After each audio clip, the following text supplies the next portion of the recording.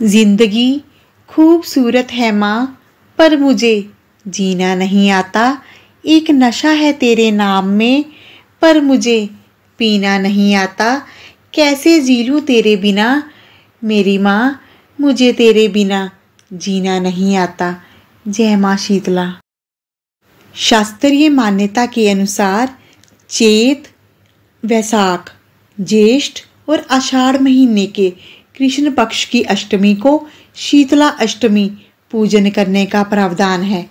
इन चारों महीने के 4 दिन का व्रत करने से शीतला जनित बीमारियों से छुटकारा मिलता है। इस पूजन में शीतला जल और बासी भोजन का भोग लगाने का विधान है। श्रद्धालु शीतला अष्टमी का व्रत रखकर माता की भक्ति करके अपने परिवार की रक्षा करने के लिए माता से प्रार्थना करते हैं। शीतला अष्टमी का व्रत आज है, अर्थात मंगलवार को है, परंतु कुछ लोग शीतला सप्तमी का व्रत रखते हैं। ये हिंदुओं का खास त्योहार है जिसमें शीतला माता की पूजा की जाती है, व्रत किया जाता है। इसका उल्लेख स्कंद पुराण में किया गया है। ये व्रत होली के बाद किया जाता है। कुछ स्थानों पर शीतला माता जी की पूजा होली के बाद पड़ने वाले पहले सोमवार या गुरुवार के दिन की जाती है। इस व्रत पर एक दिन पूर्व बनाया हुआ भोजन किया जाता है, अतः इस व्रत को बसोड़ा, लसोड़ा या बसिओड़ा भी कहते हैं। शीतला को चेचक नाम से भी जाना जाता है।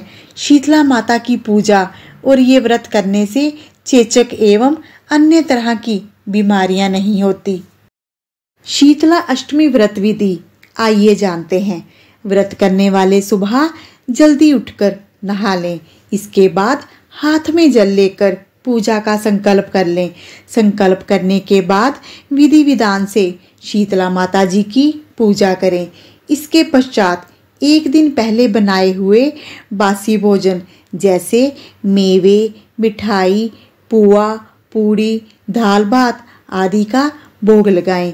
इसके बाद शीतला माता का पाठ करें और शीतला माता व्रत कथा का श्रवण करें। फिर रात में जागरण करें और दीपक लगाएं। जय शीतला माता। शीतला माता जी भगवती दुर्गा का ही रूप हैं। भारतीय उपासना पद्धति जहाँ मनुष्य को आध्यात्मिक रूप से मजबूत करती है, वहीं शारीरिक और मानसिक रोगों को दूर करने का भी इसका उद्देश्य होता है। कहा जाता है कि गर्मी के दिनों में शरीर में अनेक प्रकार के पित्त विकार प्रारंभ हो जाते हैं। ऐसी मान्यता है कि शीतला अष्टमी का व्रत रखने से छोटी माता का प्रकोप नहीं होता।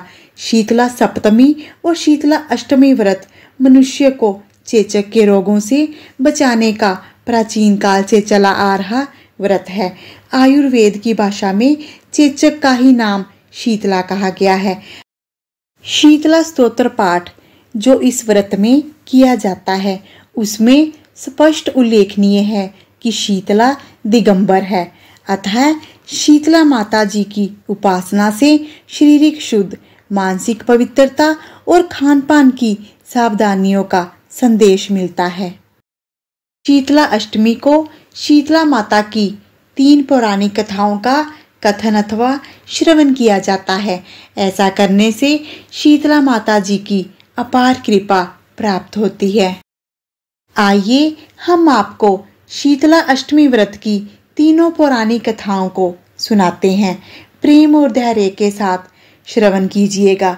शीतला माँ कल्याण करेंगी। जय शीतला माता। प्रेम पूर्वक शीतला अष्टमी व्रत की पहली कथा का श्रवण करेंगे। एक बार एक राजा के इकलौते पुत्र को शीतला निकली, अर्थात चेचक निकला। उसी के राज्य में एक काशी पुत्र को भी शीतला निकली हुई थी। काशी परिवार बहुत गरीब था, पर भगवती का उपासक था। वह धार्मिक दृष्टि से जरूरी समझे जाने वाले सब नियमों को बीमारी के दौरान भी भली भांति निभाता रहा। घर में साफ सफाई का विशेष ख्याल रखा जाता था। नियम से भगवती की पूजा होती थी। नमक खाने पर पाबंदी थी। सब्जी में ना तो शौक लगता था और ना कोई वस्तु बुनी तली जाती थी। गर्म वस्तु ना वह सव्य खाता था, ना शीतला वाले लड़के को देता था। ऐसा करने से उसका पुत्र शीघ्र ही ठीक हो गया। उधर जब से राजा के लड़के को शीतला का प्रकोप हुआ था, तब से उसने भगवती के मंडप में शतचंडी का पाठ शुरू करवा रखा था।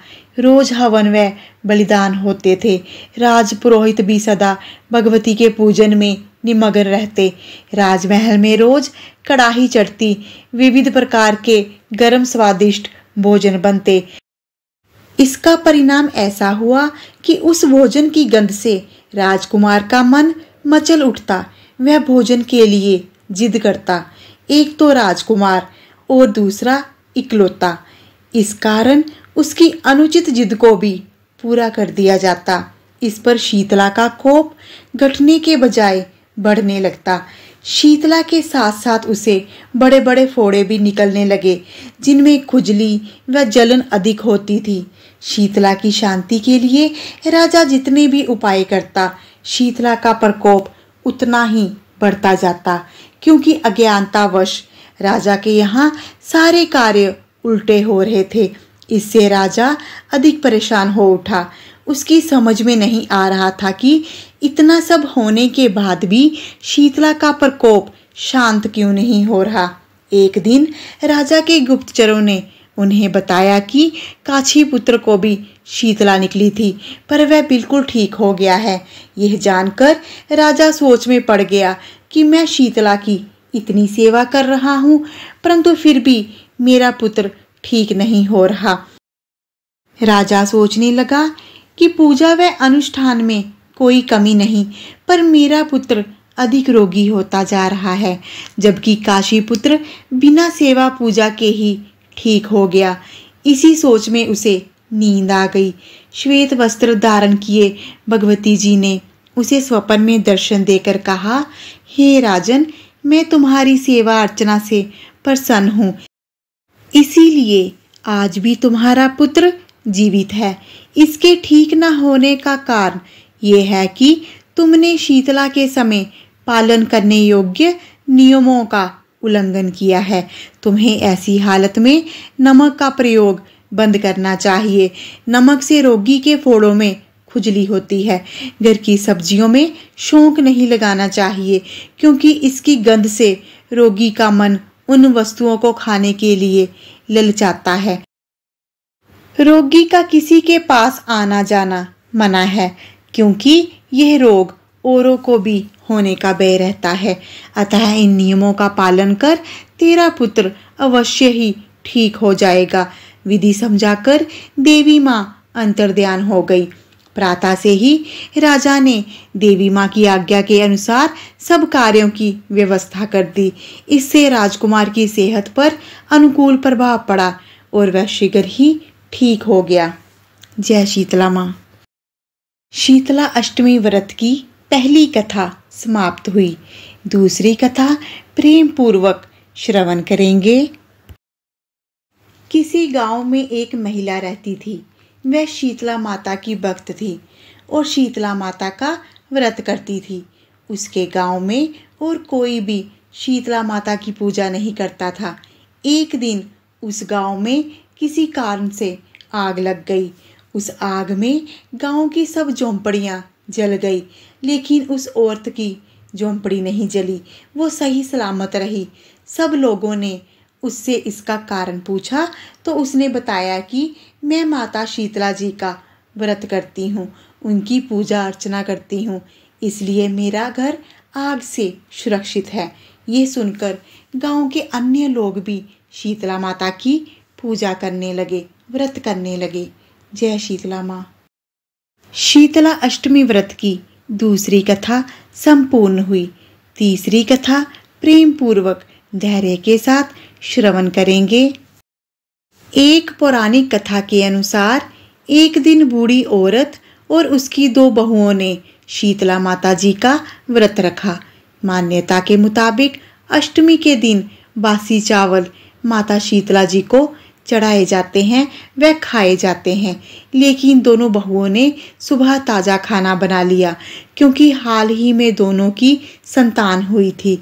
इस वजह से दोनों को डर था कि बासी खाना खाने से कहीं उन्हें नुकसान ना पहुंचे। सास को ताजे खाने के बारे में पता चला तो उसने नाराजगी जाहिर की। कुछ समय बाद पता चला कि दोनों बहुओं की संतानों की अचानक मृत्यु हो गई है। इस बात को जान सास ने दोनों बहुओं को घर से बाहर कर दिया, घर से बाहर निकाल दिया। शवों को लेकर दोनों बहुएं घर से निकल गई। बीच रास्ते वो विश्राम के लिए रुकी। वहां उन दोनों को दो बहनें ओरी और शीतला मिली। दोनों ही अपने सिर में जुओं से परेशान थी। उन बहुओं को दोनों बहनों को ऐसा देखकर दया आ गई और वो दोनों सिर को साफ करने लग गई। कुछ देर बाद दोनों बहनों को आराम मिला। शीतला और ओरी ने बहुओं को आशीर्वाद देते हुए कहा कि तुम्हारी गोद हरी भरी रहे। ये बात सुनकर दोनों बुरी तरह से रोने लगी और उन्होंने उनको अपने बच्चों के शव दिखाए। ये सब देखकर शीतला ने दोनों से कहा कि उन्हें उनके कर्मों का फल मिला है। ये बात सुन वो समझ गई कि शीतला अष्टमी के दिन ताज़ा खाना बनाने के कारण ऐसा हुआ है। ये सब जान दोनों ने माता शीतला से माफ़ी मांगी और आगे से ऐसा ना करने को कहा। इसके बाद माता ने दोनों बच्चों को फिर से जीवित कर दिया। इस दिन के बाद पूरे गांव में शीतला माता का व्रत धूमधाम से मनाया जाता है। शीतला अष्टमी व्रत की तीसरी कथा संपूर्ण हुई। जय शीतला माता। हे माँ शीतला, जो भी इस व्रत को धारण करता है अथवा इस कथा का कथन एवं श्रवण करता है, उसकी सारी मनोकामनाएं पूर्ण करना, माँ उसे आरोग्य जीवन प्रदान करना। जय माँ शीतला। चैनल पर नए हैं तो कृपा करके आप हमारे चैनल दिव्य शक्ति को सब्सक्राइब कर लीजिए और बन जाइए हमारे इस दिव्य सफ़र में हम सफ़र। यदि आपको वीडियो अच्छी लगती हो तो अवश्य शेयर करें। मिलते हैं अगली वीडियो के साथ। अपना ध्यान रखें, खुश रहें, सुखी रहें। जय माँ शीतला।